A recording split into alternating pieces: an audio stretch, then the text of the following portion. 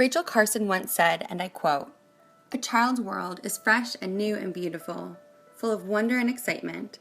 It is our misfortune that for most of us, that clear-eyed vision, that true instinct for what is beautiful, is dimmed and even lost before we reach adulthood.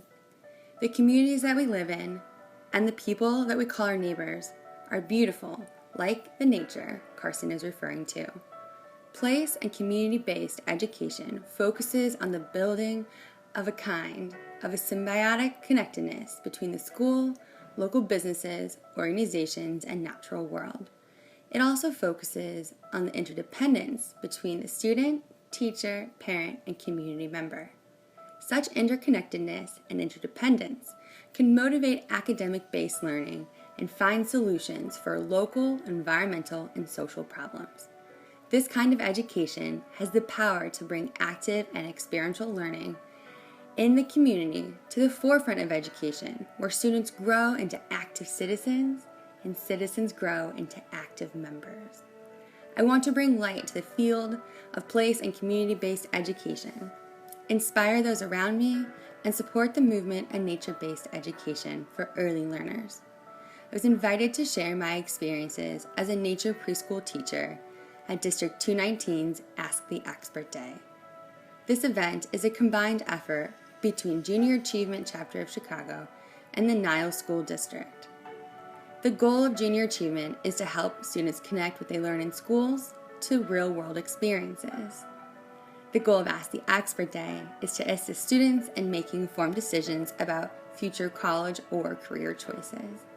It was my goal to introduce the field of nature-based early childhood education through active and meaningful learning experiences in the early childhood high school classroom. It is my initiative to take this one-time experience and expand upon it. Tom Horn, principal of Al Kennedy Alternative High School, and Smith & Sobel's work, Place and Community-Based Education in Schools, spoke of the danger of getting caught up in the tendencies to do place and community-based learning projects just to do the projects.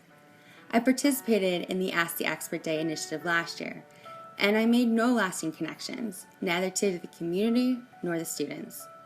Through my course work in connecting communities, I realized that Ask the Expert Day was full of value and community resources, while the initiative was actively taking place, but it lacked connection and dialogue between the student and expert once the event concluded. To grow as a community of students and teachers and experts, we need to engage with one another fully and frequently. An infrastructure of support and frequent dialogue need to become the norm. One way to ensure that these abstract ideas move into the concrete would be to implement a coordinating committee between the school and the community that it is located in. The sole purpose of this community would be to explore possible partnerships and experiential learning opportunities for students. Members would include elders of the community, local businesses, teachers, parents, school administrators, non-for-profit agencies, and even local stakeholders. Ask the Expert Day fell on the shoulders of just 2 women. Each year, they take on a monumental task to connect students and experts for a single day. The effort is a valiant one, but in terms of place and community-based education, it falls wildly short of connecting the community through interaction and authentic learning. Acting alone is not an option when instating place-based education. It needs to be a shared effort. Otherwise, such tasks may be too daunting to even consider.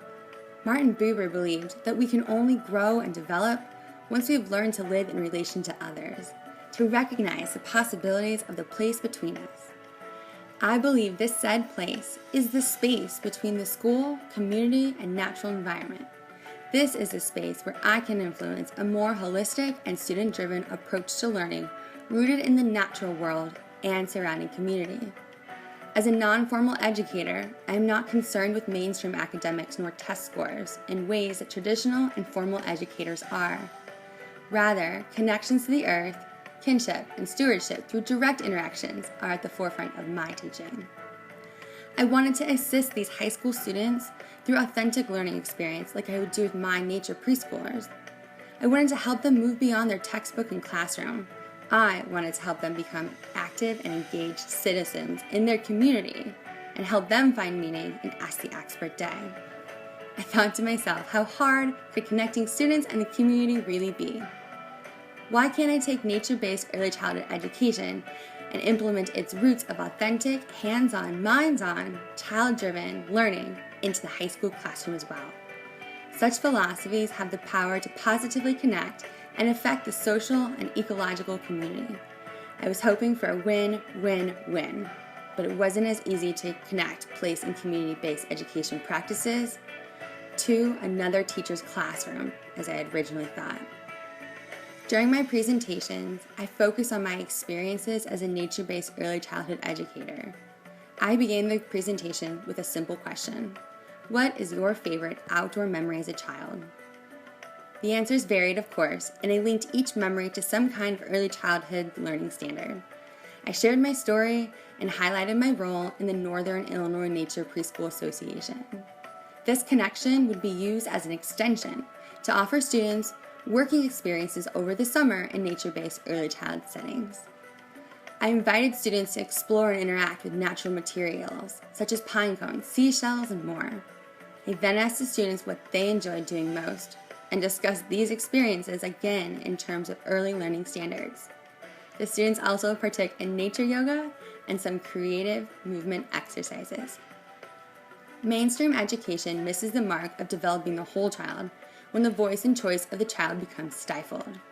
There's little room left for absorption of materials, little investment in one's learning, when the educational system drives students to learn for the test and regurgitate academic information when it's time. Place and community-based education connects informal educators to formal ones, strengthening the support network for the students. It also affords hands-on experiences where the student has a choice to steer their own learning, building on communication, developing the student as a member of the community, influencing critical thinking, and finally, increasing academic test scores.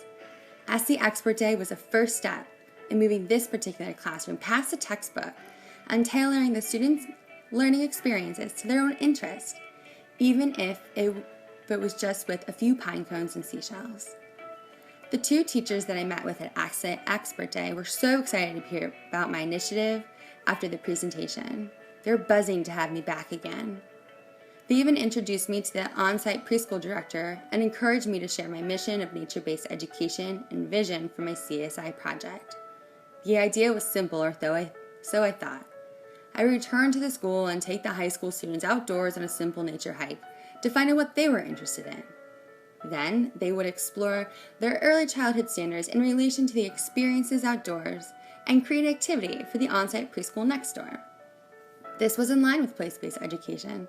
Students would take charge of their learning, moving beyond the classroom walls, interacting and connecting with the intimate world around them, and using their own interests as a guide to learning.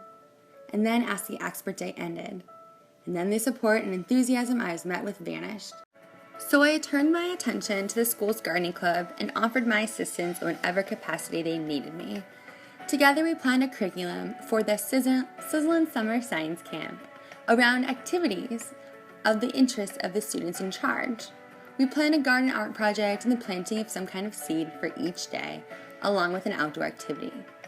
I'd return on May 8th to the club's annual plant sale and provide compost exploration for the families that attended. But I had to question myself.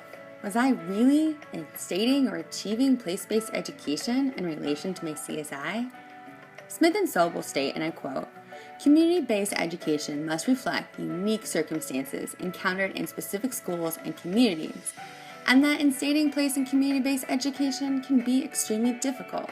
I was trying to instate a new way of thinking in a school in which I didn't work at, but with a lot of effort and a bit of coordination, I was invited back to Niles North High School to connect with the early childhood education classes and the on-site preschoolers.